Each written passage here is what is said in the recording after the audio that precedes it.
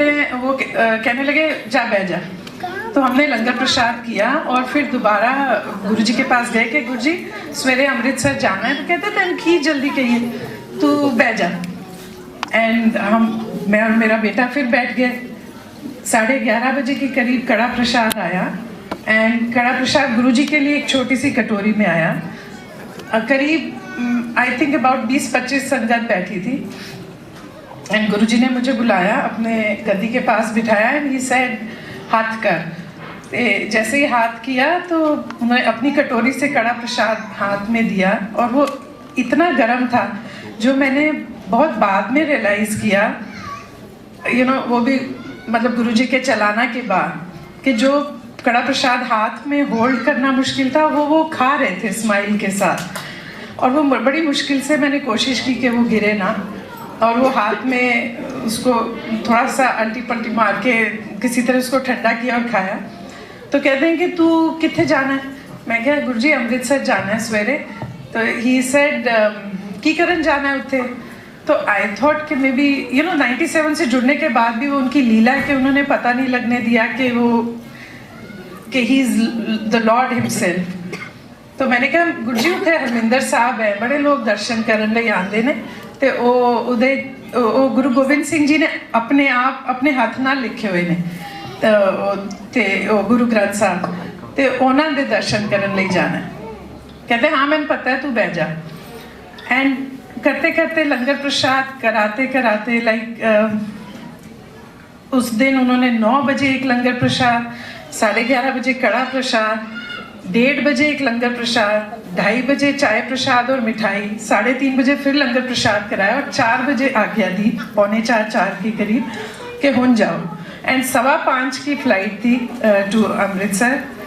किस तरह से हम लोग घर एम्पायर स्टेट से घर पहुँचे, फ्लाइट पकड़ी एंड निकलने से पहले ही सेड उत्थे मेरी बड़ी संगत है, उन्होंने मिल के आई। तो मैंने एंड गुरुजी इस तरह से मुझे कई बार बहुत सारे काम दे देते थे। एक मेरी फ्रेंड नैन्सी है सैन फ्रांसिस्को में, अभी रिसेंटली मैं उसके पास से आई हूँ। एक बार ऐसे ही बोलते रहते कि सहेली नू ले आ एंड आई डिडंट नो कौन सी सहेली। And to cut the big story short, एक दिन नैन्सी ने ऑफिस में मुझसे कहा कि ये कौन है, मैं उनका स्वरूप लेके बैठी थी। तो आई सेड चलोगे, बिकॉज मैं 2-3 लोगों से पूछ चुकी थी, उन्होंने मना किया था गुरुजी के पास जाने के लिए एंड नैन्सी इमीडिएटली एग्री। तो इस तरह से मुझे कोई ना कोई काम दिए रहते थे, कभी मेरे मामा के लिए कहते थे। तो अब मैंने कहा कि इन्होंने मुझे कह दिया कि संगत में मिल के आई, अब मैं कहाँ से ढूंढूं संगत इनकी, बिकॉज उन दिनों इस तरीके से ना लॉकेट्स इतने होते थे, किसी किसी को गुरुजी देते थे, स्वरूप भी किसी किसी के पास होते थे। बट एनीवेज हम फ्लाइट में बैठे, मैं फ्लाइट में इधर उधर देखती रही कि कोई किसी के पास कोई लॉकेट हो कुछ हो, तो मैं गुरुजी को जाके कह दूंगी कि गुरुजी मैं थोड़ी संगत में मिल आई हैं। बट कोई भी ऐसा दिखा नहीं। हरमिंदर साहब में घुसे, मैं और मेरा बेटा, मेरा ध्यान चारों तरफ, मेरा बेटे ने कहा भी कि अब आए हो तो दर्शन पे ध्यान दो, आप इधर उधर क्यों देख रहे हो। बट आई वॉज कि कोई जना दिख जाए गुरुजी की संगत और मैं मतलब एक बार गुरुजी को कहने लायक हो जाऊं। बट कोई नहीं। एंड वो जब हरमिंदर साहब पे पहला पैर अंदर डाला तो गुरुजी के वहाँ बजता था, कभी राम बन के कभी श्याम बन के चले आना।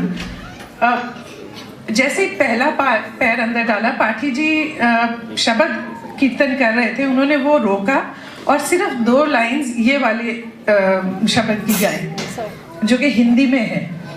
एंड वो सुनते ही पता नहीं एकदम से मेरे को स्ट्राइक हुआ कि सभी तो कहते हैं कि गुरु नानक देव जी और गुरु जी एक ही हैं, तो दैट मीन्स जितने लोग हैं ये सारी उन्हीं की संगत है और ये भी गुरु जी हैं। क्योंकि वो मुझे बार बार यही कहते रहे तो उत्थे जाके की करना है, और मैं यही कहती रहे उन्होंने दर्शन करने।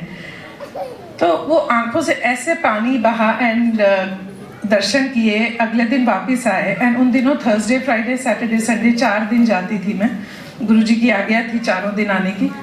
एंड संडे को, मंडे सुबह हम अमृतसर गए थे, ट्यूसडे वापस आए, वेंसडे किसी तरह वेट किया मैंने। थर्सडे को जब मैं गई, पहली चीज़ जो गुरुजी ने पूछी, तू हो आई अमृतसर? मैं क्या हाँ जी गुरुजी। तो ही सेड के की देखा उत्थे? मैं क्या गुरुजी उत्थे भी तुसी सी। ਤੇ ही said ਤੇ मैं तो ਤੈਨੂੰ ਕਿਹਾ ਸੀ ਇੰਨੀ ਦੂਰ ਜਾਣ ਦੀ ਕੀ ਲੋੜ है, चल ਹੁਣ ਬਹਿ जा। सो इतना होने के बाद भी कहीं हमें रहता था कि ये भगवान है, लेकिन एक्सेप्ट नहीं होता था कि ये भगवान है। वो शायद उन्होंने होने नहीं दिया, बिकॉज हम लोग पता नहीं क्या हाल होता हमारा।